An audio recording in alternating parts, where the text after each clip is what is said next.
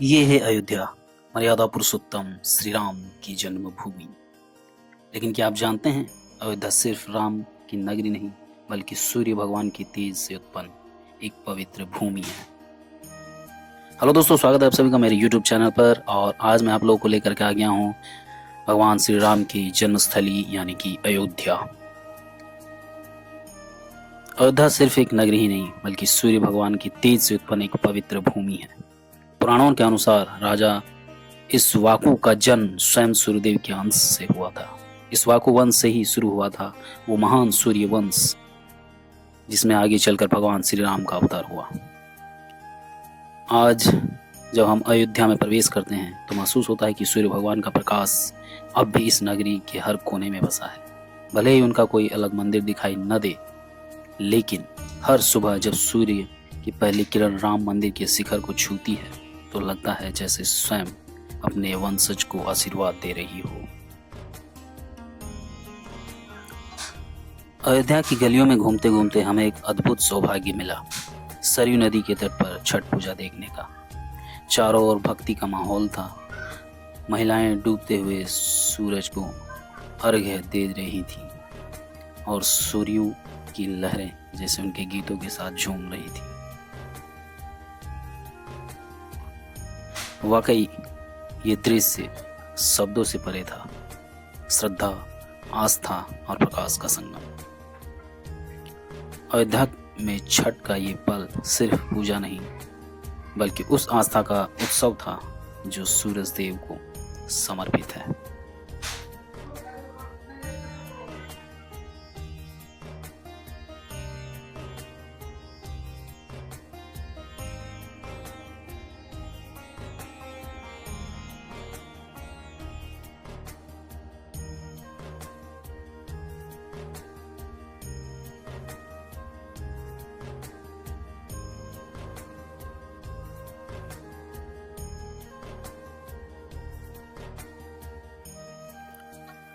अयोध्या की पावन धरती पर जहाँ हर कोना भक्ति से भरा है, वहीं एक जगह है जो सुरों की महक से बस गई है, लता मंगेशकर चौक। ये चौक समर्पित है भारत की सुर साम्राज्ञी भारत रत्न लता मंगेशकर जी को, जिनकी आवाज ने भक्ति, देशभक्ति और प्रेम के हर रंग को छू लिया।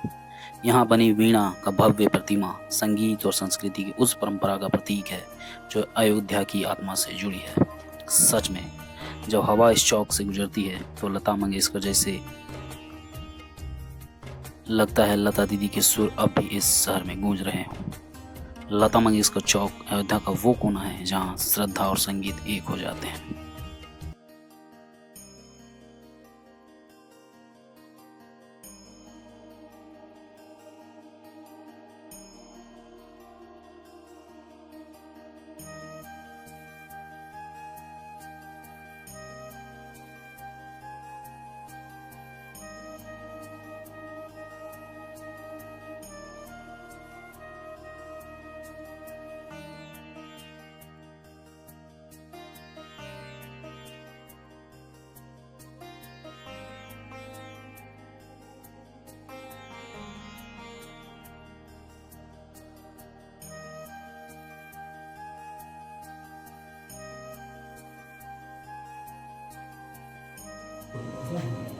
अयोध्या की हवा में भक्ति और इतिहास की खुशबू धुली हुई थी।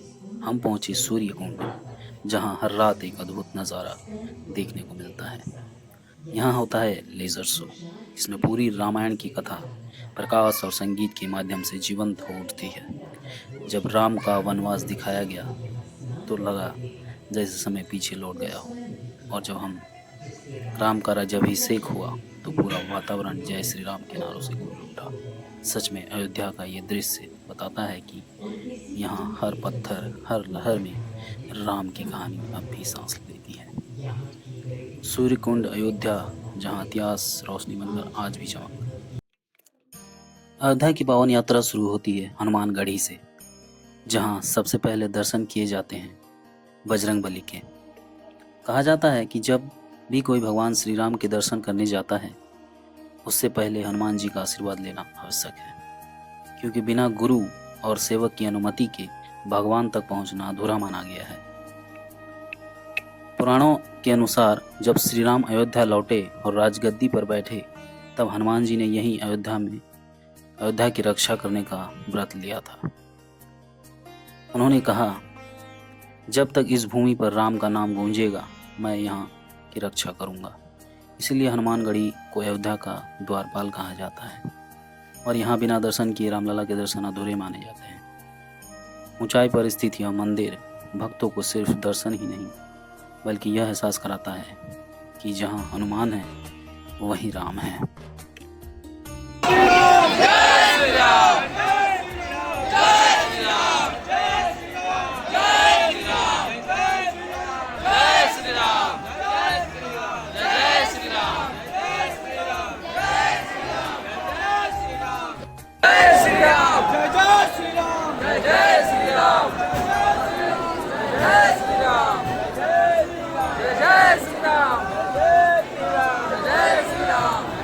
आखिरकार करीब 70 सीढ़ियां चढ़ने के बाद हमें सौभाग्य मिला हनुमान जी के दर्शन का। पूरा रास्ता भक्ति से भरा हुआ था। हर कदम पर बस एक ही नारा गूंज रहा था, जय श्री राम, जय बजरंगबली। जैसे जैसे हम ऊपर चढ़ते गए, दिल में उत्साह और श्रद्धा दोनों बढ़ते गए और जब गर्भगृह में पहुंचकर हनुमान जी का दर्शन हुए तो लगा जैसे सारी थकान, सारी चिंताएं वहीं समाप्त हो गई। फाइनली दोस्तों काफ़ी मशक्क़त के बाद बजरंगबली जी के दर्शन हो गए हनुमानगढ़ी अयोध्या में।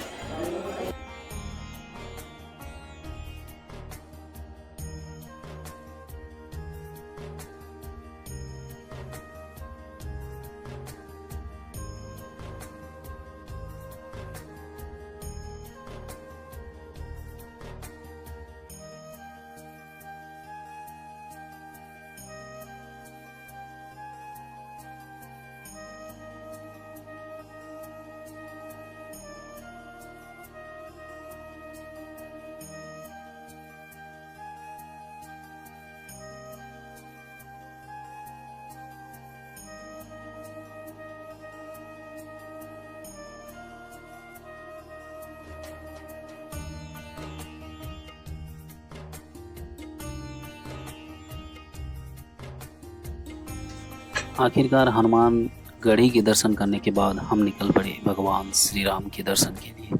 रास्ते में मंदिर की ओर बढ़ते हुए हमें सुग्रीव जी का किला स्थली भी देखने का सौभाग्य मिला, जहां हर पत्थर, हर दीवार राम कथा कहती है, नजर आती है। जैसे जैसे हम आगे बढ़े, मन में बस एक ही भावना थी, जल्दी से रामलला के दर्शन हो जाए। मंदिर के अंदर वीडियोग्राफी की अनुमति नहीं थी, इसलिए मैं आपको दर्शन के भीतर का दृश्य तो नहीं दिखा सकता, लेकिन इस नवनिर्मित भव्य परिसर की झलक आप सबके साथ जरूर साझा कर रहा हूँ। वाकई शब्दों में उस एहसास को बयान करना मुश्किल है। बस इतना कहूँगा, रामलला के दर्शन होते ही मन को शांति और आंखों को आनंद मिला। जय श्री राम। ये पूरा राम मंदिर अयोध्या का परिसर है पूरा, और ये बाहर यहाँ पर लॉकर वगैरह बने हुए हैं। यहाँ पर आप लोग अभी हमारे सारे मोबाइल वगैरह जितने भी हो गए गैजेट्स आपके, वो सारे यहाँ पर अभी हम लोगों को जमा करना पड़ेगा दोस्तों। तो इसके आगे का मैं आप लोगों को जो मुख्य मंदिर है उसके दर्शन मैं आप लोगों को नहीं करवा पाऊँगा। तो ये देखिए कितना भव्य विशाल भगवान श्री राम जी का मंदिर के सामने का हिस्सा है। मंदिर अभी अंदर है। तो इसके बाद यहाँ पर लॉकर वगैरह की सुविधा है यहाँ पर। तो काफ़ी विशाल और काफ़ी बहुत बड़ा एक प्रीमिसेस है दोस्तों। इसका और ही अलग लगता है दोस्तों, और काफ़ी विशाल यहाँ का मतलब अलग ही वाइब है दोस्तों। यहाँ पर लाखों श्रद्धालु यहाँ पर हर रोज़ आते हैं। काफ़ी विशाल एरिया इसका, तो एकड़ में फैला हुआ है, और सिक्योरिटी भी काफ़ी टाइट है यहाँ पर। यहाँ पर लॉकर वगैरह की सुविधा भी है। और इस द्वार का अंदर का भाग है, कितना विशाल का इसका निर्माण किया गया दोस्तों। काफ़ी देखने में अपने आप में ही अलग लगता है।